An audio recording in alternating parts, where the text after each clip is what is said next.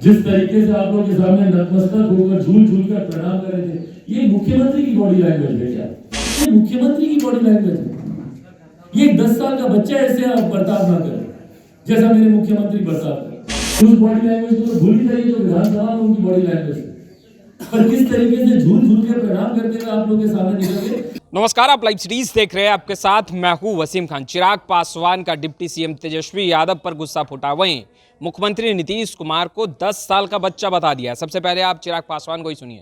जिसको हम लोग दोहरा कर नहीं सकते। और मेरे मुख्यमंत्री का ध्यान है कि कैसे समाज के वंचित शोषित को, जो संभवतः आज उनके साथ कतई नहीं है, कैसे उनको अपमानित करने का काम किया जा सकता। जिस तरीके से उन्होंने पूर्व मुख्यमंत्री आदरणीय जीतन राम मांझी जी को बिहार की विधानसभा में अपमानित करने का काम किया। पहली बात तो मुझे इस भाषा से ही एतराज है। भैया विरोध कीजिए, मैं खुद विरोध करता हूं। मैं अभी क्या कर रहा हूं? विरोध ही कर रहा हूं मेरे मुख्यमंत्री का। पर ये तू तड़ा की भाषा भैया बिहारियों में कहां से आ गई?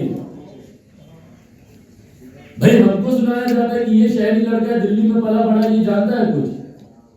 पर कभी हमारी जुबान से आप के अलावा कोई और शब्द सुन लीजिए, क्योंकि यही हम लोग की संस्कृति है।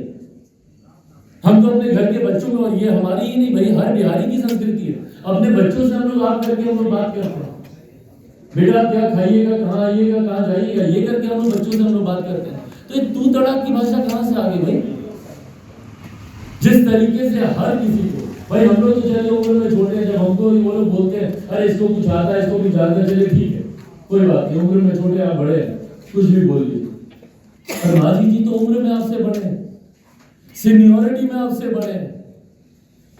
उनके ऊपर इस तरीके की भाषा का इस्तेमाल करना, इसको कोई जानता था, इसको कौन बनाया, इसको क्या किया, आप दोहरा कर नहीं सकते उन बातों को। ये मुख्यमंत्री को शोभा देता है। भाई हम इस बात को इसलिए बोल रहे हैं क्योंकि ये बातें बिहारियों को शर्मसार करती हैं।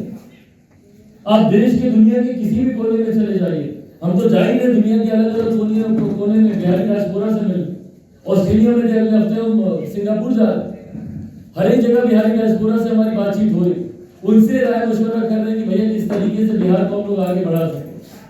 पर वहां पर जाकर सबसे पहले मुख्यमंत्री जी के इस व्यवहार के बारे में हम लोग शर्मिंदा होते हैं। और यही हालात देश में, लोग हंसते हैं हम लोगों के ऊपर।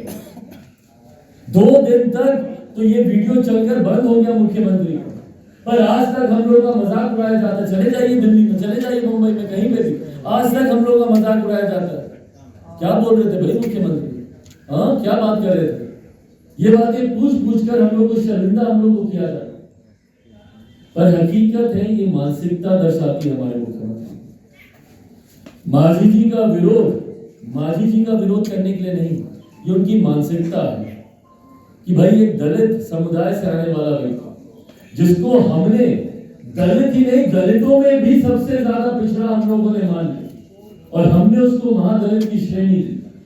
ये अहंकार मेरे मुख्यमंत्री का कि हमने जिसको महादलित की श्रेणी दी, वो आज हमारे सामने विधानसभा में खड़े होकर कैसे चर्चा का हिस्सा बन रहा है। ये अहंकार था उनको नीचा दिखाने का, उनको ये बताने का कि अरे हम तुमको बनाए, तुम्हारी क्या बात है, तुम कैसे ये सारी बातें कर। और इसी मानसिकता का जिक्र आज से नहीं, लंबे समय से मैं मेरे मुख्यमंत्री की इस मानसिकता का जिक्र कर रहा हूं, जिसका कारण रहा कि मुख्यमंत्री के साथ जाने से बेहतर भले अकेले चुनाव लड़कर, इस बात को जानते हुए कि संभवतः बहुत ज्यादा लाभ नहीं होगा, पर अकेले चुनाव लड़ना मैंने पसंद किया था 2020 में, पर मुख्यमंत्री के साथ जाना स्वीकार नहीं किया मैंने। यही कारण था। उस वक्त संभवतः मेरे पास भाई बहुत ज्यादा प्रमाण नहीं था कि आपको सही साबित करने के, जिसका कारण बना कि मेरे अपने परिवार के लोग, मेरे अपने पार्टी के लोग मुझे छोड़कर चले गए।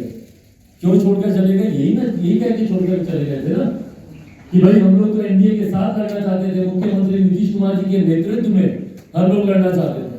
यही कह के मेरे सारे सांसद छोड़कर गए ना मुझे।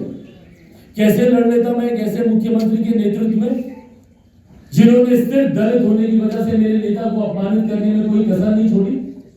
आप लोगों के पास अभी भी वो विश्वास होंगे जब मेरे नेता अस्पताल में वेंटिलेटर पे जिंदगी की आखिरी घड़ियां गिन रहे थे, उस वक्त मेरे मुख्यमंत्री मुस्कुरा कर आप लोगों के सामने बोले थे, अच्छा वो अस्पताल में, हमको तो मालूम ही नहीं।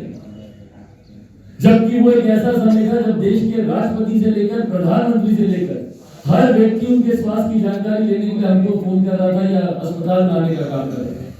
और उस वक्त मेरे मुख्यमंत्री बोलते हैं कि भाई हमको तो मालूम ही नहीं। और ये आज से नहीं, हमारे नेता को अपमानित करने के लिए, उनके कद को छोटा करने के लिए मुख्यमंत्री लंबे समय से प्रयास कर रहे। 2005 में पार्टी को तोड़ने का क्या कारण था भैया? यही कारण था। ये दलित व्यक्ति कैसे आगे आ गया, कैसे बिहार की जनता ने 29 सीटें उसको जीत के दे दी? ये तो गलत है।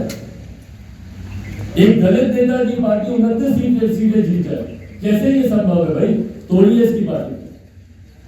और 2005 में भी हमारे नेता की पार्टी को तोड़ने का काम किया। उसके बाद हमारे पार्टी के विधान पार्षद जो आज उनकी पार्टी में बड़े नेता बने फिरते हैं, कहां से गए? किसको कौन तोड़ के लेके गया भैया? यहीं से ना गए हैं। उसके बाद अभी आखिर तक हमारा एक विधायक मटिहानी से जो जीत गया भाई, रामविलास पासवान का खून है ये, कैसे ही आगे बढ़ जाएगा? खत्म करो इसको। हमको खत्म करने के लिए क्या क्या षड्यंत्र नहीं रचा गया। हमारी पार्टी, हमारे परिवार को तोड़ना।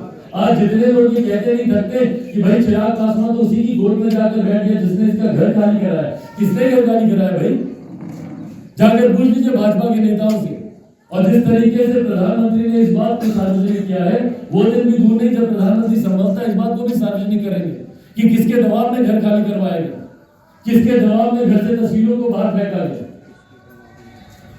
कौन नहीं जानता भैया कि मुख्यमंत्री किस तरीके से उसको ब्लैकमेल कर रहे थे कि भाई चिराग को खत्म कीजिए क्योंकि अकेले चुनाव लड़ा और हमको तीसरे नंबर की पार्टी बना दिया। उनके राष्ट्रीय अध्यक्ष का तो ये दर्द रह के अभी भी निकलता उनकी जुबान से, चिराग मॉडल, चिराग मॉडल, चिराग मॉडल। चुनाव को बीते हुए 3 साल हो गया, अभी तक चिराग मॉडल के दर्द से लोग उभर नहीं पाए। बात ही सुनने के लिए बने भाई मंत्री हो। और आप मुख्यमंत्री जिस तरीके से आप लोगों के सामने नतमस्तक होकर झूल कर प्रणाम कर रहे थे, ये मुख्यमंत्री की बॉडी लैंग्वेज है क्या? उस बॉडी लैंग्वेज को तो भूल ही जाइए जो विधानसभा में उनकी बॉडी लैंग्वेज है। पर किस तरीके से झूल के प्रणाम करते हुए आप लोगों के सामने निकल गए, ये मुख्यमंत्री की बॉडी लैंग्वेज है। ये 10 साल का बच्चा ऐसे बर्ताव ना करे जैसा मेरे मुख्यमंत्री बर्ताव करे। तो इन तमाम परिस्थितियों को, बिहार की और मेरे मुख्यमंत्री की मानसिक परिस्थितियों को देखते हुए हम लोग महामहिम से हम लोग आग्रह करेंगे कि बिहार में राष्ट्रपति शासन लागू करने की सिफारिश वो केंद्र सरकार से करें, क्योंकि मेरे मुख्यमंत्री से कम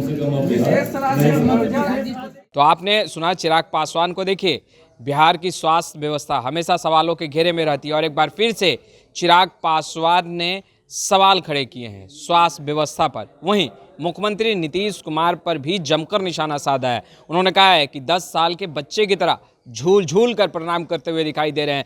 क्या एक मुख्यमंत्री को यह शोभा देता है? कई बड़े सवाल खड़े किए हैं चिराग पासवान ने। खैर, इस वीडियो में इतना ही। आपका बहुत बहुत शुक्रिया।